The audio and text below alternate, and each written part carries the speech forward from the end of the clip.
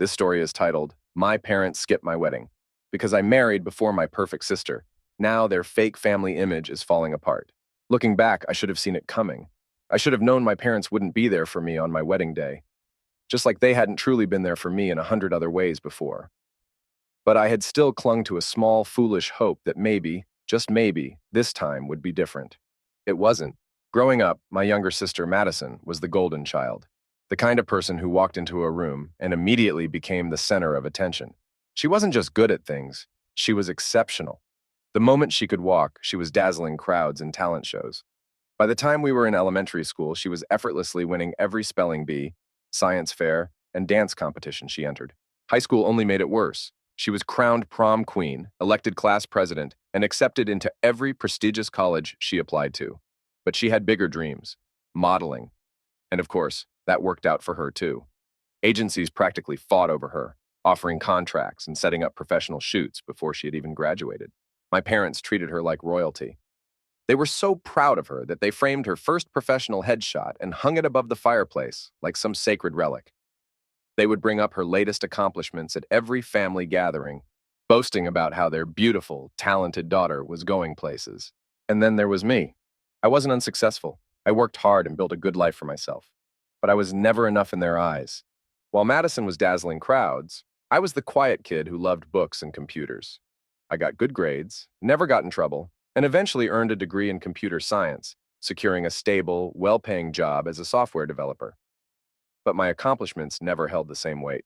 When Madison landed her first major modeling gig, my parents threw a massive party, inviting family, friends, and even a few of her agency contacts. When I graduated college, they barely acknowledged it. No celebration, no heartfelt congratulations. Just a distracted well done before they turned their attention back to Madison's next photo shoot. It wasn't just achievements that set us apart. Even in appearance, my mother constantly reminded me that I was the lesser daughter. Madison was tall, effortlessly slim, with striking features that cameras adored. Meanwhile, I had always been shorter and curvier, a reality my mother seemed to take as a personal disappointment.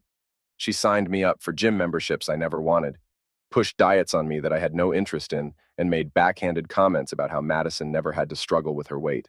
Once, when I was a teenager, she looked me up and down and sighed before saying that if I just put in a little more effort, I could look just as nice as my sister. I never forgot that moment. By my mid-20s, I had given up trying to impress them. I'd spent years chasing their approval, joining clubs they recommended, taking classes they encouraged, even trying modeling for a brief, disastrous period that Madison never let me forget. But it had never been enough. So I stopped trying.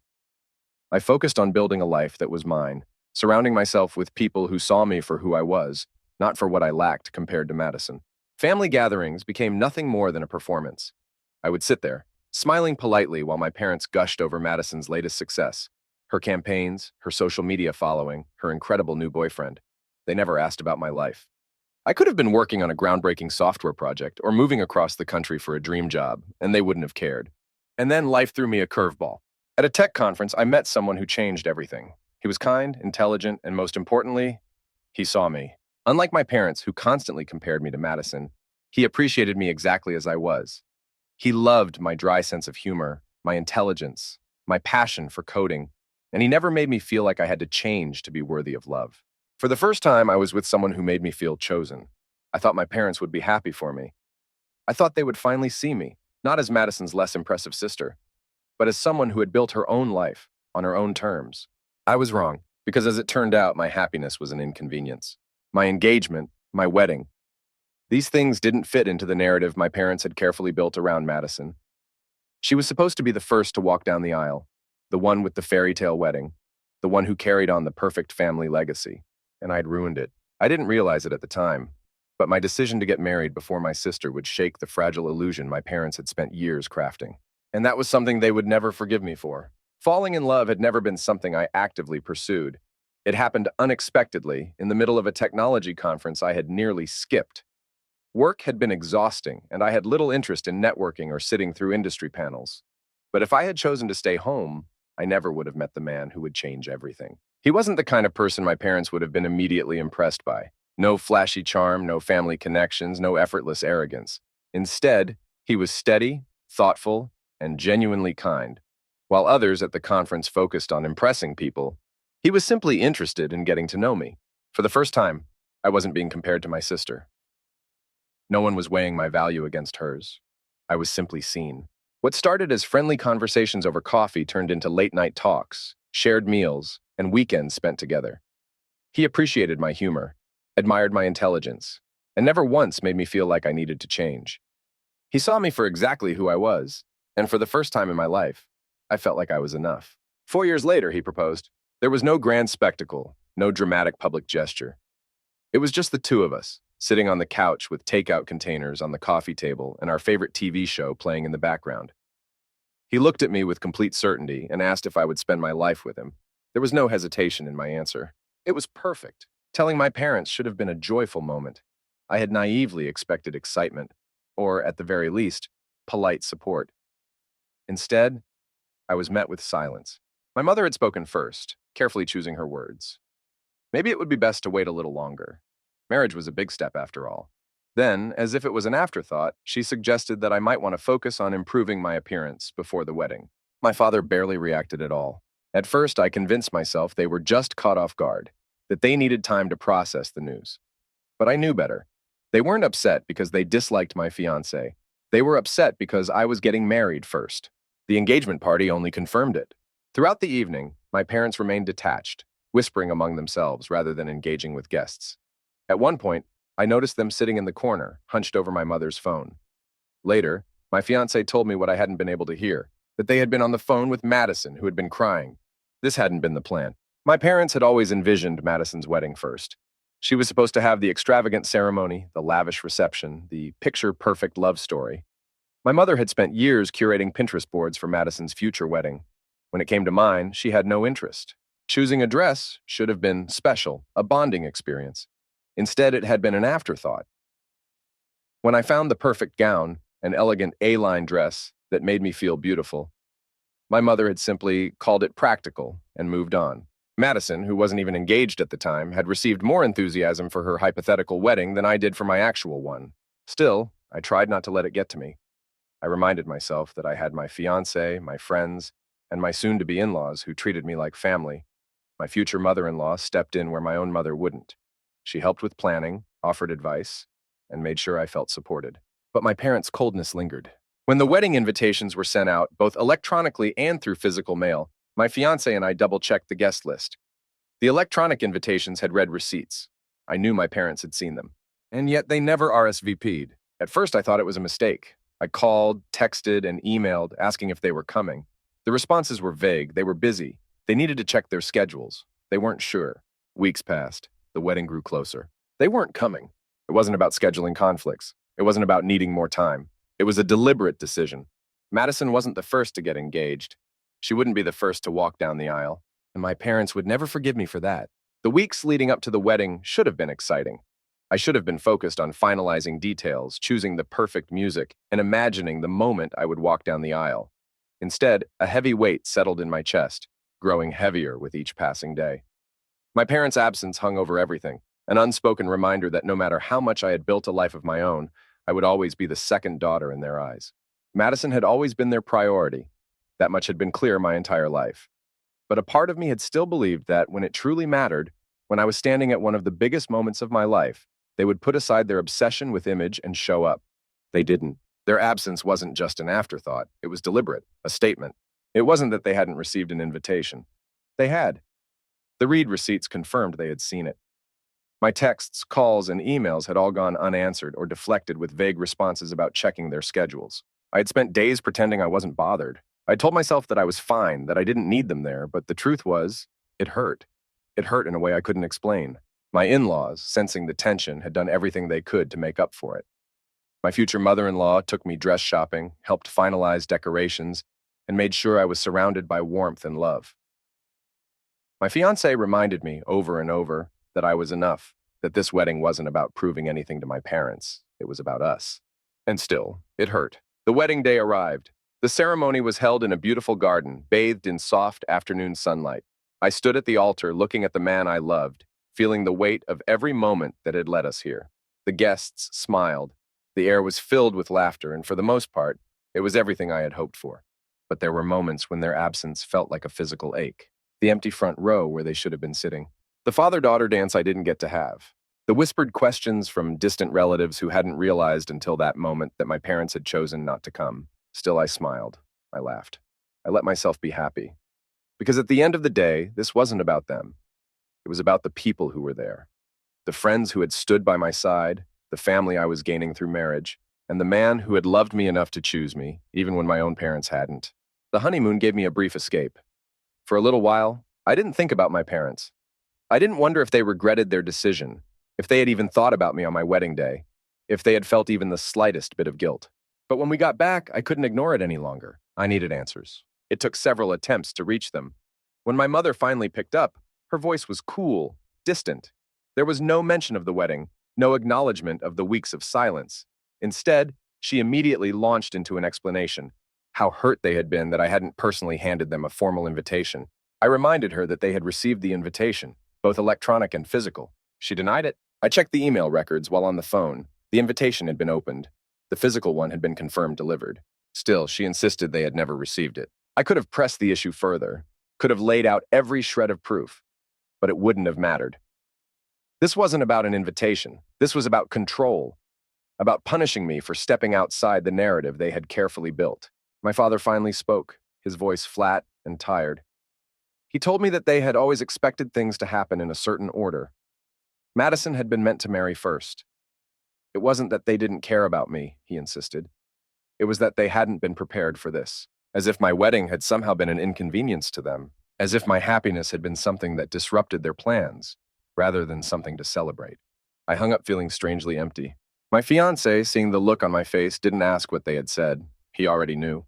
And for the first time, I let go of the hope that they would ever change. The wedding had been everything I had hoped for, almost. The venue had been breathtaking, a garden filled with soft, golden light as the sun dipped below the horizon. My dress, the one my mother had dismissed as practical, made me feel more beautiful than I ever had in my life. My friends and my new family surrounded me, their smiles and laughter filling the air with warmth. But the absence of my parents was impossible to ignore. I had tried to prepare myself for it. I had told myself that it didn't matter, that their seats being empty in the front row wasn't going to ruin my day. But when I walked down the aisle, my heart still clenched at the sight of those unfilled spaces. It wasn't just that they weren't there, it was what their absence meant, a choice, a refusal, a reminder that, in their eyes, I had done something unforgivable. Still, I smiled. I focused on the people who had shown up. My mother-in-law, who had fussed over every tiny detail with me in the weeks leading up to the big day. My father-in-law, who had stepped in when I had admitted, voice shaking, that I didn't have anyone to walk me down the aisle. My friends, who had stood by my side and reminded me that family wasn't just about blood. The ceremony was beautiful. My vows were steady, my hands didn't shake, and when my husband looked at me, I knew without a doubt that this was the life I wanted. A life built outside of my parents' expectations. A life where I didn't have to beg for approval. Still, there were moments when I felt the ache of what was missing. During the reception, when the father-daughter dance took place, I stayed in my seat, pretending I wasn't watching.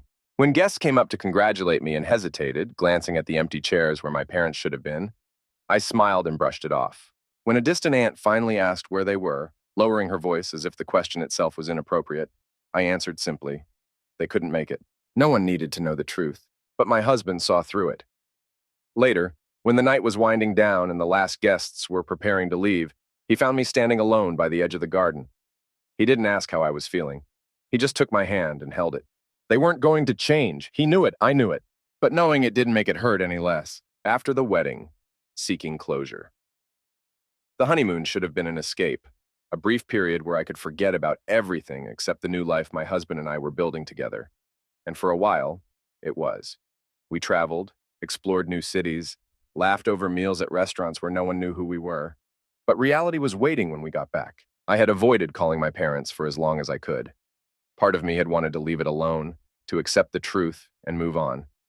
But another part, one I hated, still wanted answers. I needed to hear them say it. I needed to know why they had made the choice they did. It took several tries before my mother finally answered. She didn't sound embarrassed or apologetic. If anything, she seemed almost irritated, as if my call was an inconvenience. There was no acknowledgement of the wedding, no question about how it had gone. Instead, she jumped straight into explaining how hurt they had been by my actions. They had never received a proper invitation, she claimed. I corrected her immediately. They had. The electronic invite had been opened, the physical one had been delivered and confirmed. She insisted that I must have made a mistake. I reminded her of the emails I had sent, the texts, the phone calls. Still, she brushed it off. The truth was clear. This had never been about an invitation. This had been a punishment, a message. My father eventually spoke, his voice calm but distant. He explained that they had always imagined things unfolding in a certain way. Madison was meant to marry first.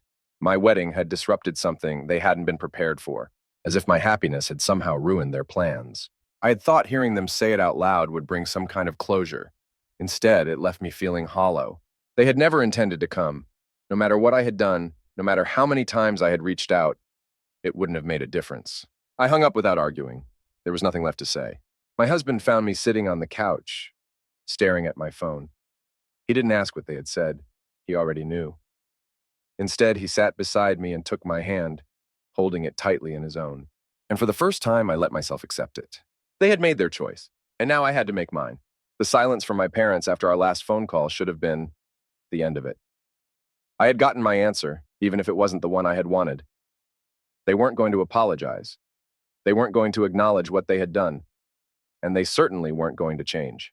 I told myself I was done, that I had finally let go of that last sliver of hope I had been clinging to for so many years. I had my husband, my friends, my new family. I didn't need their approval anymore. But the past had a way of pulling me back in. At first, it was small things. Polite but distant messages from extended relatives. A few awkward phone calls that ended in strained silence whenever the topic of my parents came up. A vague sense that something was happening behind the scenes. Then I found out what it was. Madison had gotten engaged. The moment the news broke, it was as if my wedding had never existed. My parents, who had treated my marriage as an inconvenience, suddenly had an endless supply of energy when it came to planning hers. Every family conversation, every phone call, every event became about Madison's upcoming wedding. It wasn't just that they were excited for her. They were making a point. Where my engagement had been ignored, hers was celebrated. Where my wedding had been treated like an afterthought, hers was being planned with meticulous care. My mother, who hadn't lifted a finger to help me, was suddenly taking Madison to exclusive dress fittings, helping her select a venue, and bragging to relatives about how it was going to be the event of the year. At first, I ignored it. I reminded myself that this wasn't about me. It was about Madison, about their need to uphold the perfect image of their golden child. But as time passed, the more I tried to distance myself, the harder they pushed. Family members started reaching out, some subtly, others more direct. They told me that I should be there for my sister, that no matter what had happened, family is family. Some even implied that Madison had supported me during my wedding, so it was only fair that I return the favor. That part almost made me laugh. Madison hadn't acknowledged my wedding. She hadn't sent a message, hadn't called, hadn't even pretended to care. And yet, I was now expected to set everything aside, show up, and celebrate her happiness, while my parents paraded her around as the daughter who had done things the right way. The pressure only increased. My mother finally reached out, acting as if nothing had happened, casually slipping Madison's wedding into the conversation. She hoped I wouldn't let past misunderstandings get in the way of the family coming together for such an important event. It was surreal. She hadn't attended my wedding. She hadn't called, hadn't asked how it went, hadn't even tried to pretend that she cared. But now, she expected me to show up for Madison, to play the role of the supportive sister, to fall back into line and pretend none of it had happened. I took a deep breath before responding. I wouldn't be attending. She went quiet for a moment. Then, the polite facade cracked. The disappointment in her voice was unmistakable, quickly giving way to something harsher. She accused me of trying to sabotage Madison's happiness, of being bitter and jealous, of causing unnecessary division in the family. She spoke as if I was the one destroying relationships, as if I was the one being unreasonable. I let her speak. I didn't argue, didn't try to defend myself, didn't waste my energy on explanations she would never accept. When she finally stopped, I told her one simple thing. She had made her choice, and now I was making mine. I ended the call before she could respond. For the first time in my life, I didn't feel guilty about it. But my parents weren't done with their damage control. In the days that followed, more relatives reached out, trying to persuade me to change my mind. Some disguised their words as concern, saying they didn't want me to have regrets later. Others were more direct, accusing me of being petty, of holding on to grudges that should have been left in the past. But the most absurd message came from Madison herself. She sent me a carefully worded email, the kind of thing she had always excelled at. polite on the surface but dripping with condescension underneath. She started by saying she was disappointed in me, that I was letting my emotions cloud my judgment. She reminded me of everything our parents had done for us over the years, how they had given us everything. Then she got to the real point. She understood that my wedding hadn't been exactly what I had envisioned, but that didn't mean I had to ruin hers in retaliation. As if my refusal to attend had anything to do with revenge, as if I was the one making things a competition. I read the email twice, then without responding, I blocked her. Madison had never liked being ignored.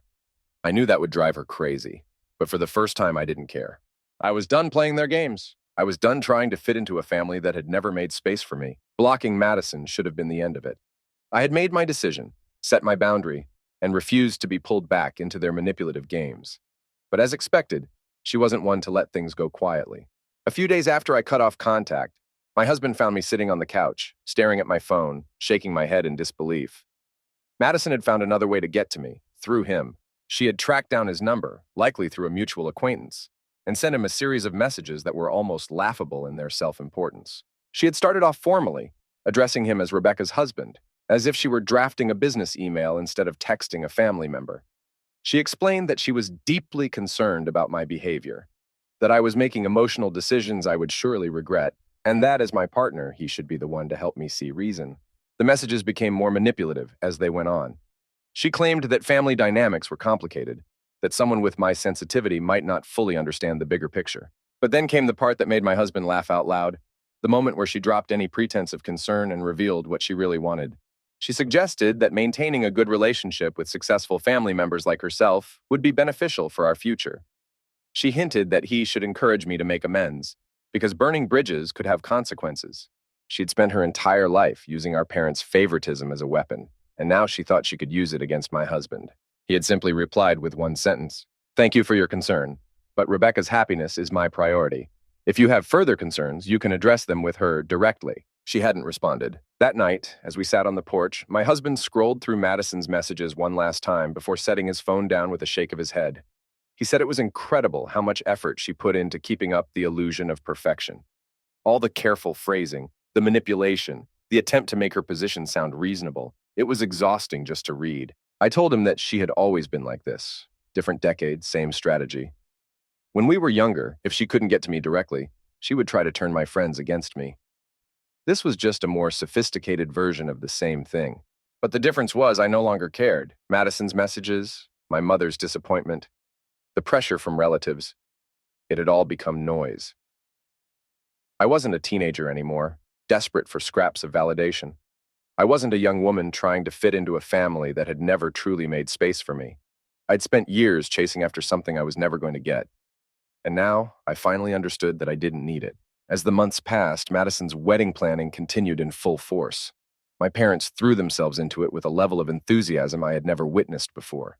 But something interesting started happening. Some of the extended family, the ones who had quietly noticed my parents' favoritism over the years, began speaking up.